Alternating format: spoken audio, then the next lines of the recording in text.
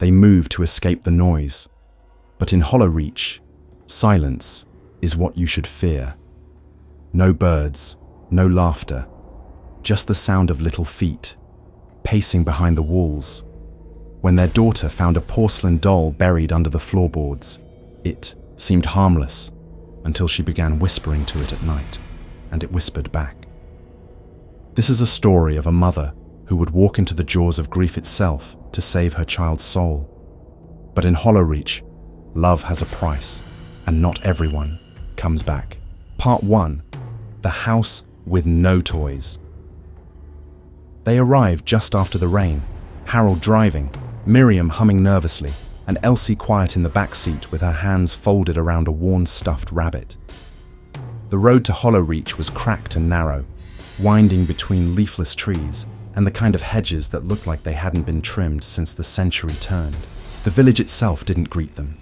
No welcome sign. No neighbors leaning out to wave. Just fog clinging to cobblestones and buildings hunched together like secrets too long kept. The cottage stood at the end of a narrow lane, surrounded by ivy-wrapped stone and a crooked iron gate that shrieked when it opened. The air smelled old, like wet ash and forgotten things. Miriam tried to smile for Elsie's sake, but even she couldn't help but glance over her shoulder, more than once. There was something about Hollowreach that felt unfinished. The house, passed down from a distant aunt no one remembered, was bigger than they expected. Dust blanketed everything like snowfall. The wallpaper curled like dried skin, and behind the silence, there was a hum, faint, like breath behind a wall. Elsie said nothing as she explored. She had always been a quiet child, but in Hollowreach, her silence seemed to deepen, like the house itself swallowed her voice. She wandered room to room, dragging her fingers along the woodwork, pausing only when she reached the far end of the upstairs hall. There was a door there. Unlike the others, this one was sealed shut, not locked but nailed, thick, rusted nails driven into the frame in a way that made Harold frown when he found it.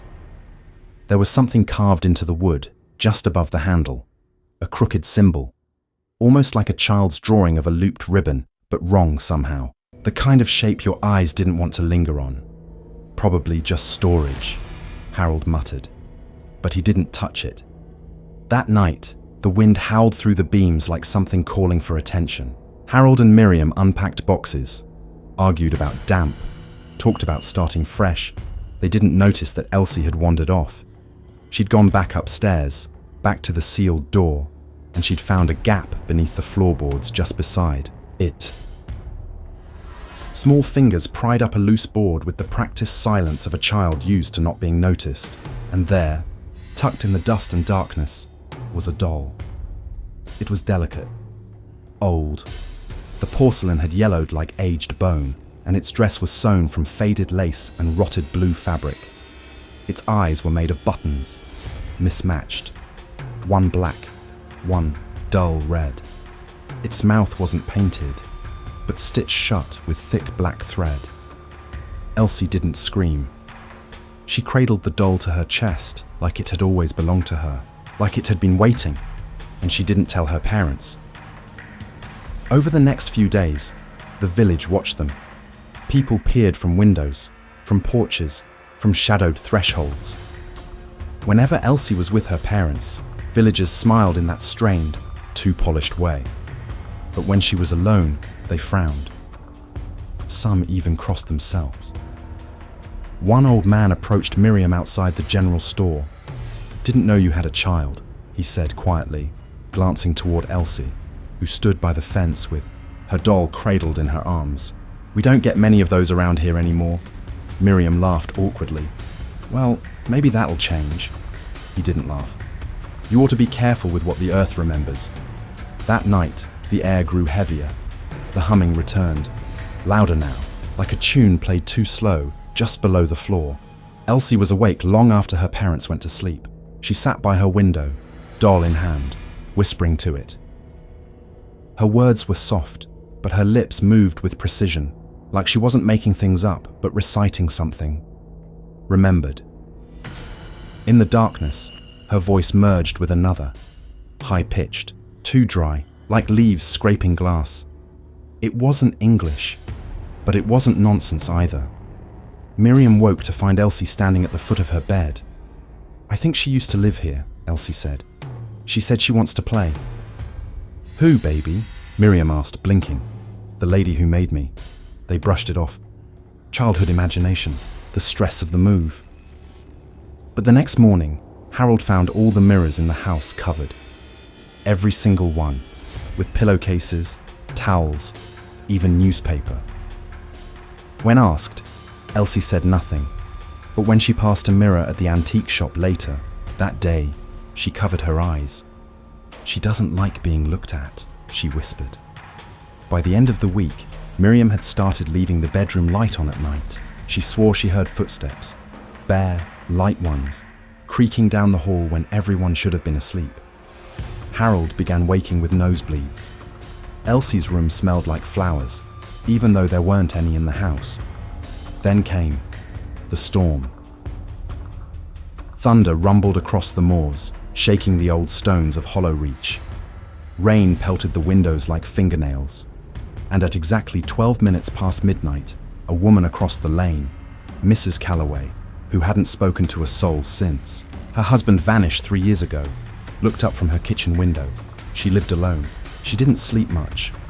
She knew the shadows of Hollowreach better than most. And that night, through the rain-streaked glass, she saw a figure in the window of the Ward's cottage. Small, motionless, a child, but something was wrong. She leaned closer, squinting through the sheets of water. It was the girl, Elsie, but her head was tilted too far. Her mouth was wide open, stitched black threads dangling from her lips like broken webbing. And her eyes weren't human anymore. One was black, the other deep red, and both of them were buttoned in place. Part 2. Mother Stitch. They found her sitting at the edge of her bed, the doll balanced in her lap like a child holding court. Elsie wasn't blinking. She was whispering, lips moving in small, sharp syllables. When Miriam asked who she was talking to, Elsie looked up with a smile far too wide. "She told me her name," she said. "She's called Mother Stitch." That night, the doll moved from the shelf to the window on its own. Harold swore he hadn't touched it. Miriam assumed it was Elsie, but when they asked her, she simply said she wanted to see the moon. From that moment on, things began to shift. Elsie, once a quiet, solemn girl, started speaking in rhymes. Her voice would shift mid-sentence, jumping between sing-song melodies and deep, broken whispers that didn't sound like her at all. She mimicked conversations perfectly, not just tone, but inflection, repeating things she'd never heard. Once, at breakfast, she said something that Harold had whispered to Miriam in bed the night before. A private memory, a confession spoken in darkness. When Miriam confronted her, Elsie just smiled and said, "Mother Stitch hears everything. Even when your heart is beating too loud." The walls of the house began to creak, not with wind or age, but with purpose, as if something inside the walls was shifting, crawling. One night, Miriam was lying awake, eyes on the ceiling, when she heard scratching, a dry, scraping claw against wood and plaster. She followed the sound to Elsie's room. The girl was asleep, or seemed to be.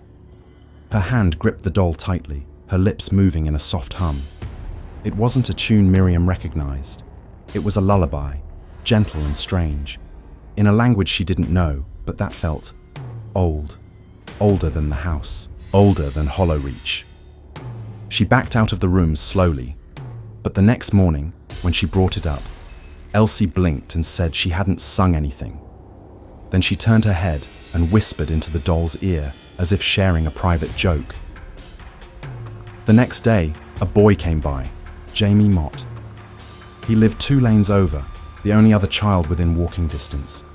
His mother hoped the two might be friends, and for a moment they were.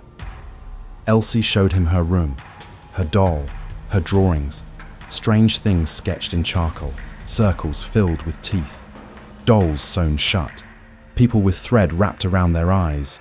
But whatever he saw next, it broke him. Jamie came screaming down the stairs, sobbing as he burst through the front door. He didn't speak for hours, not even to his mother.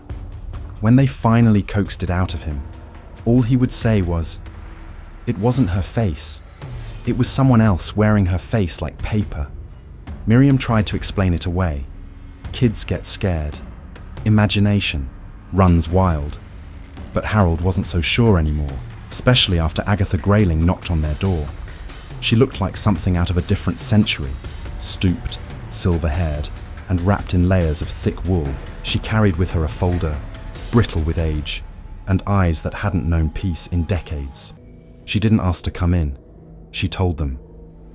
"You need to listen, Mr. Ward," she said, "because that thing your daughter's carrying, it should have stayed buried." Agatha sat at the kitchen table and unfolded history like an old wound. There was a woman once, Liddy Farrow. They called her the Dollmaker.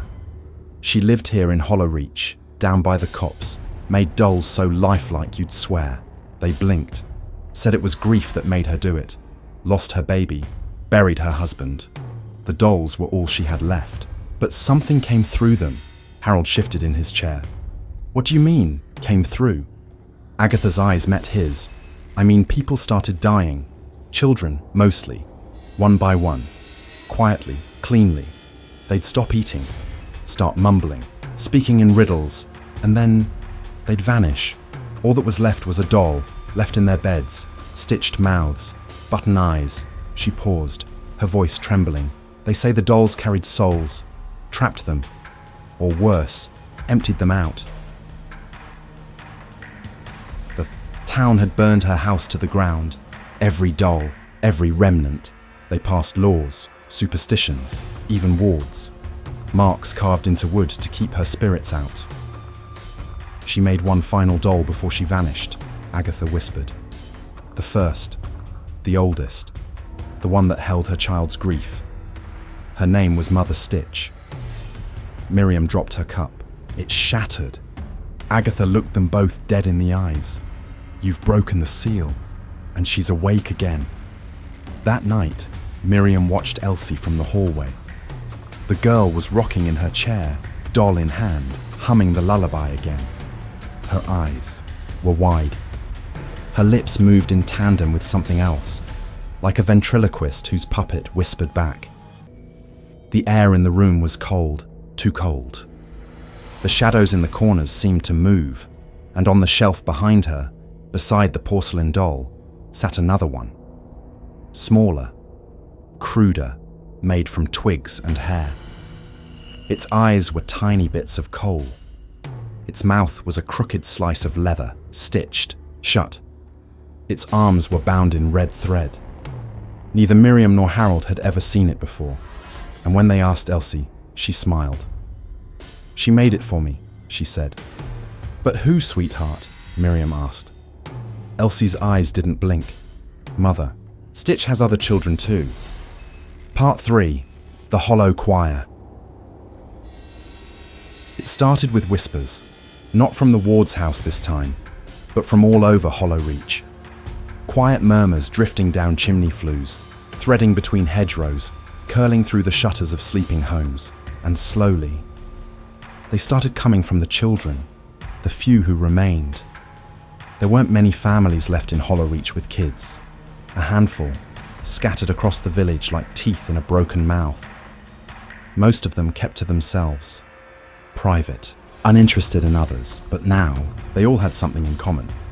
Strange behaviour. Sarah Kellerman's boy, Toby, was found standing in the field behind their house at 3 a.m, barefoot and whispering to the scarecrow. When she shook him awake, he said he didn't know how he'd gotten there. Said he had a dream he was following the sound of music, but that it wasn't coming from any instrument. It came from inside the earth. 2 days later, May Ingram's twin daughters started drawing symbols, circles inside circles, dolls with hollow faces, creatures with thread-like fingers and too many mouths. One drawing showed their own families. Dinner table, surrounded by tiny, blank-eyed children sitting on the chairs, with the real family members hanging upside down above them, mouths sewn shut. At first, the parents thought it was some strange new game, something viral, something stupid and explainable. But then came the vandalism. The church at the center of Hollowreach, old stone and stained glass, was found desecrated one Sunday morning. Not with paint or words, not even with fire, but with handprints, hundreds of them. Tiny handprints, smeared in ash and something darker, coated the walls from pew to altar. Up the doors, along the back of the organ, even across the stained glass windows, pressed from the inside, and no one knew how they'd gotten in. Children at the village school began building things during craft time, little effigies made from bits of chalk, pigeon feathers, dried moss, and, in one case, something that looked like a mouse's ribcage. The teachers were horrified, but the children wouldn't stop. When asked what they were doing, one girl simply said, "We're making the hollow choir, so we'll have voices to follow when we're taken too." And then Jamie Mott disappeared. His mother had sent him upstairs to get his backpack. 10 minutes passed, then 20. When she finally went up to check, the window was wide open. No sign of Jamie, only the curtains blowing in the wind. And in the closet, dangling from a noose of red thread, was a doll. Small, made of straw and old buttons. Its face was marked with soot, its hands painted red. His mother screamed for hours. The police searched, but Hollowreach is a small place, and Jamie was simply gone, vanished into the marrow of the village. At home, Elsie changed. Again. She was quieter than before, but colder, too. Not just distant, empty. She sat for hours, speaking under her breath to her dolls. Not just Mother Stitch now, but a growing collection that no one remembered buying or making. Some were old-fashioned, others looked homemade. One had a child's tooth stitched into its mouth. Miriam tried to reach her, but Elsie would only smile faintly and say, "It's okay now. I'm not alone anymore." She stopped responding to her name. Sometimes she answered only to Stitchkin. Other times, she spoke in a language neither Harold nor Miriam understood, filled with wet guttural sounds and strange lilting patterns that made Miriam's spine itch. Harold tried to burn one of the dolls while Elsie was out. He poured lighter, fluid over it in the garden, and struck a match. The flame hissed, flickered, then went out. The doll didn't even blacken. Instead, Harold's left hand broke into blisters, raw and bubbling, as if he'd grabbed the flame instead of lighting. That night, the lights flickered. The walls bled faint trails of black sap.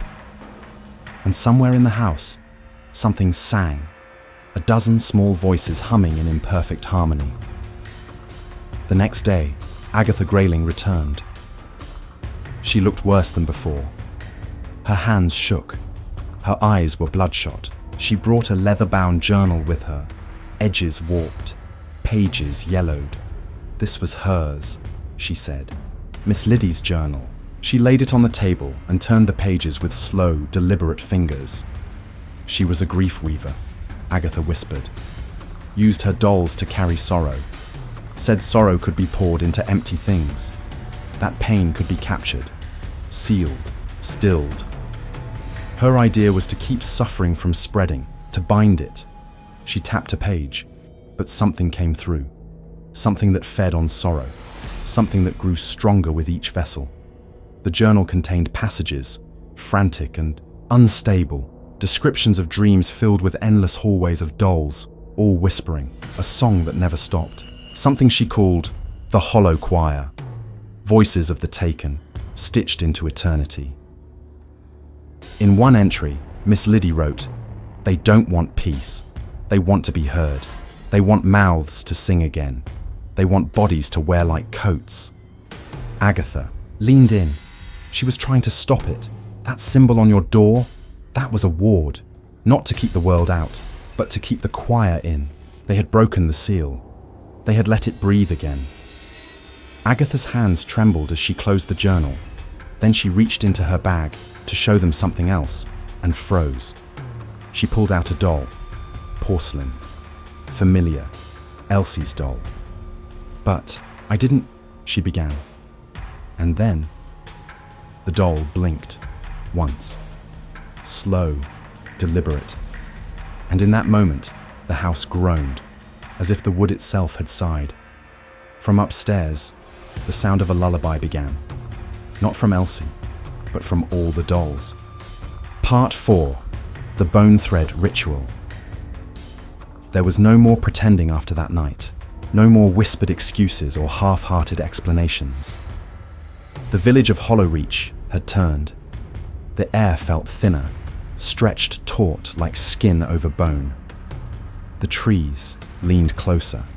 The shadows moved before the light touched them. And the children, those few still left, had become something else. They didn't play anymore. They sat, staring. Or they wandered, barefoot, unspeaking, eyes glazed like dolls, propped in shop windows. And if you passed one of them in the lane, they'd stop, turn, and hum the same tune that had begun to crawl its way through the village. A lullaby, old and broken, stitched together from dead tongues. Parents locked doors, covered mirrors, burned toys. But it wasn't enough. In desperation, Agatha, Miriam, and a few terrified families gathered in the Grayling attic. Candlelight flickered against yellowing maps and pages torn from the forgotten annals of Hollowreach's past. That's where they found it, buried in a ledger of banned rites and outlawed crafts. The bone thread, a ritual, an ancient, grief-born practice that came from a time before the village was even named. It was created to ease mourning, to give form to loss. The spell, if it could be called that, allowed a grieving family to bind the soul of a loved one to a handmade vessel, a doll, a totem, a small, innocent shape that could carry pain without drowning its makers in it. But it came at a cost. The soul had to want to stay, and grief, it turns things hungry. Over generations, the ritual was abused. Instead of easing loss, it preserved it, let it fester. The vessels grew restless. They whispered to the living, fed off their tears, demanded more. Mother Stitch was the first of them, born of sorrow, shaped by despair. Miss Liddy crafted her from porcelain and thread, bone dust and weeping silk. She intended it to house the spirit of her stillborn daughter. But what moved in wasn't a child. It was something that wore grief like skin, and it had been waiting, feeding. Agatha slammed her palm on the table. We end this now. Every doll, every vessel, we burn them. Before more are taken, the group fanned out, each with salt and iron, candles and kindling. In attics, under beds, behind walls, they found them. Some were buried beneath floorboards, others hidden behind loose bricks. Dolls of every shape, stitched and carved, bone-limbed and moss-filled, with teeth that weren't meant for toys. They gathered them in the square and set fire to the heap. As the flames rose, a sound erupted. Across Hollowreach, the children, all of them, screaming, in perfect unison, their mouths wide, their voices tearing through the air like a blight. High-pitched, furious, unrelenting. It wasn't fear, it wasn't pain, it was rage. And then, Elsie vanished. One moment she was there, standing behind Miriam, eyes empty, clutching her porcelain mother like a saint with a relic. The next, she was gone. No door opened, no window shattered, just a whisper, a hum, and the echo of tiny feet on old floorboards. They searched for her. Every street, every attic, every grave. And then the voices came, first in corners, then down wells, then in the chimneys, and through the drains. Elsie's voice, multiplied, distorted, coming from everywhere at once. Why did you leave me behind? Over and over, soft, accusing, sad. Why did you leave me behind? The village cracked. People fled in the night, but the roads had changed. Paths circled back, cars stalled, the fog thickened. Hollowreach would not let them go. At sunset, Miriam returned to the house, not as a mother anymore, but as a mourner. She walked the rooms with trembling steps, calling her daughter's name, begging, bargaining, silence, and then a sob, faint, familiar, from inside the walls. Miriam pressed her ear to the plaster. It was her, Elsie, sobbing, pleading, trapped. "Mommy, I'm cold and I can't see. Mommy, please, let me out." Miriam's breath caught. She grabbed a knife and began tearing at the wall. Wood splintered. Dust filled her lungs. Her hands bled as she dug, and behind the lath and plaster, she found doll hair, long, black strands, still warm, still growing, and behind that, more sobbing. But it was no longer just Elsie's voice. It was dozens, hundreds, a choir of sorrow and thread, all whispering through the walls of Hollowreach. Part 5. The Dollmaker's grave. They left at dawn. No one in Hollowreach sleeps anymore. Not really.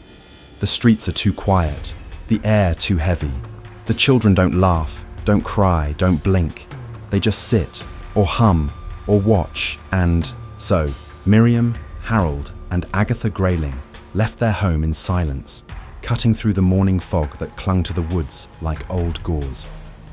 Agatha walked ahead, her cane sinking into the soil as if the forest remembered her weight.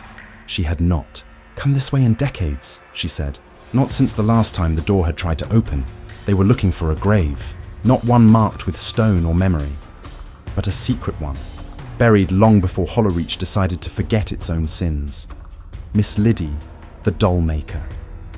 She hadn't been given a proper burial, no priest, no mourners, just a crooked tree in the deepest part of the woods, where the ground never seemed to thaw and the bark bled thick, red sap in the spring. "There," Agatha said, breathless. "That's where they left her." The tree loomed above them, bent unnaturally, as if it were bowing to something beneath. Its limbs creaked in the breeze, but the air was still. Harold reached for Miriam's hand. She didn't take it. Instead, she stepped forward and felt something change. The ground pulsed, a heartbeat in the earth. Agatha knelt, brushing aside decades of leaves and moss. Beneath it, wood. A hatch, rotted black, bound by rusted chains and a symbol scratched in white. Chalk. An eye with a thread through its pupil. "I swore I'd never open this," Agatha whispered. "But your daughter, she's down there. Or something that wants to be her." They broke the seal. The air that escaped wasn't air. It was colder than breath, heavier than grief. It moaned as it escaped, a sound stitched from 1,000. Little sobs. A ladder led down. Miriam descended first, and the light followed her down into madness. The crypt was not a grave, it was a workshop. The walls were lined with shelves made of bone and cedar. Dolls in every state of assembly stared from the gloom. Some had no eyes, some too many. Their mouths were sewn shut, except for one. It grinned. A long table sat in the center. Its surface was stained with ink, thread, something darker.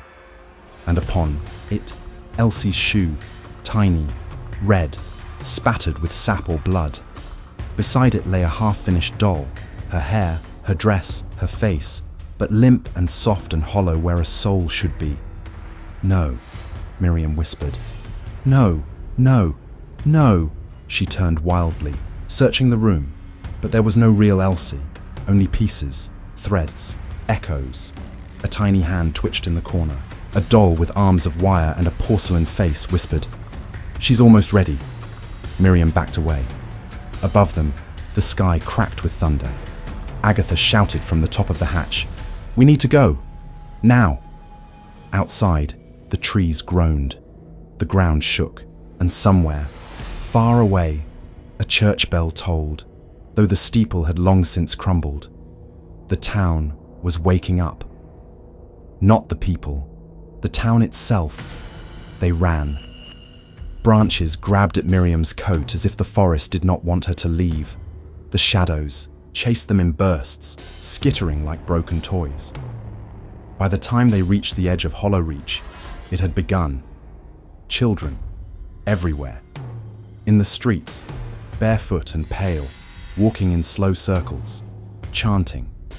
Thread the grief, stitch the soul. They moved like a single organism. Heads tilted in unison, eyes black as ash, and in their hands, dolls. Each one different, each one wrong. Harold shouted for them to move aside. No one listened. As they pushed through, one child turned to Miriam. "She's waiting," she said in Elsie's voice. Then all the others said it too. "She's waiting, she's waiting, she's waiting." They didn't stop running until they saw the cottage, but the land around it had changed. The soil split in places, as if something below had tried to surface. The walls of the cottage were cracked, pulsing softly like they breathed, and the attic window, once boarded shut, was now wide open. Inside, it was too quiet, the silence after screaming, the kind that hurts your ears. They stepped in, one after the other, following the faint trail of red thread across the floor, up the stairs, around the landing, toward the attic door. It was ajar. Miriam reached out. Her fingers trembled against the wood, and slowly she pushed. The hinges creaked, light from the hall stretched inside. And there they were, dozens, maybe hundreds, of dolls on shelves, on the floor, hanging from the rafters by red thread, every one of them staring, some smiling, some crying, and in the far corner, behind the others, a shape, small, still, almost human. Miriam stepped forward, then the attic door slammed shut behind. Her darkness swallowed the world, and from the center of the room a voice whispered, "Now we sew." Part 6. Stitch the soul, thread the grief. There was no time to scream. When the attic door closed, the dolls began to hum, faint, discordant, not with mouths, but with their threads. The whole room thrummed like a spider's web in a storm. Miriam couldn't move. Her feet felt sewn to the floorboards. Then something pulled, not her body, but herself. It was like falling without gravity, tumbling through a thread hole in space and time, until the world turned inside out and she was somewhere else entirely. The doll realm, not quite a place, not quite a dream. It was stitched together from memory, grief, and longing. Threads hung from a sky made of nursery wallpaper, torn and sagging. The ground was a patchwork of lace, hair, and pale wood grain, and scattered throughout. Broken teacups, shattered music boxes, shoes that had no feet to wear them. Miriam walked. Each step was softer than thought. Then, from behind a curtain of velvet dolls, someone emerged, Miss Liddy, or what was left of her. She looked like a woman frozen in mourning. Skin, pale and cracked like porcelain, fingers long and threaded with bone needles. Her eyes were empty thimbles. Her smile was stitched, but the corners bled. "I didn't mean to hurt them," Liddy said, voice paper thin. "I only wanted to keep them safe, remembered." "Where's my daughter?" Miriam whispered. Liddy tilted her head. A childlike motion. "She's here, in pieces, in thread. She was so sad. All that pain you didn't see, all that silence you didn't hear. I stitched it up for her. I made her whole. Don't you see? I saved her." "No," Miriam said. "You took her." "I answered her," Liddy hissed. "Like I did for all the others. Mothers forget, but I never will." She raised her hands, and the dolls around them twitched. Their button eyes clicked open, their mouths unstitched, row by row, whispering all at once. "Choose." A form emerged behind Liddy. It looked like Elsie. Same eyes, same dress. But it didn't breathe. It just stood there, head slightly bowed, hands twitching. Liddy stepped aside. "You can take her," she said. "This version, whole, clean. No more tears, no more noise. She'll love you, forever." Miriam stepped closer. Then, a sound. From beneath, she looked down. And there, beneath the translucent floor stitched from memories, the real Elsie, trapped in a tangle of red thread, struggling, eyes wide, lips moving soundlessly. Tears streamed from her cheeks. Miriam fell to her knees, hands pressed against the memory glass floor. "She's real," she whispered. "That one isn't." Liddy's smile widened. "Then you know what must be done." From her robes, Liddy drew a long silver needle, etched with names, so many names, and a spool of black thread. "To free her, you must give yourself. Stitch for stitch, memory for memory, soul for soul." "And if I don't?" Miriam asked. Liddy gestured to the silent Elsie doll beside her. "You go home with that."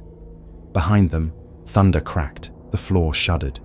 And somewhere, far away, Hollowreach broke open. Outside, fog consumed the streets. Dolls clawed their way up from the soil, their porcelain arms dragging dirt and roots.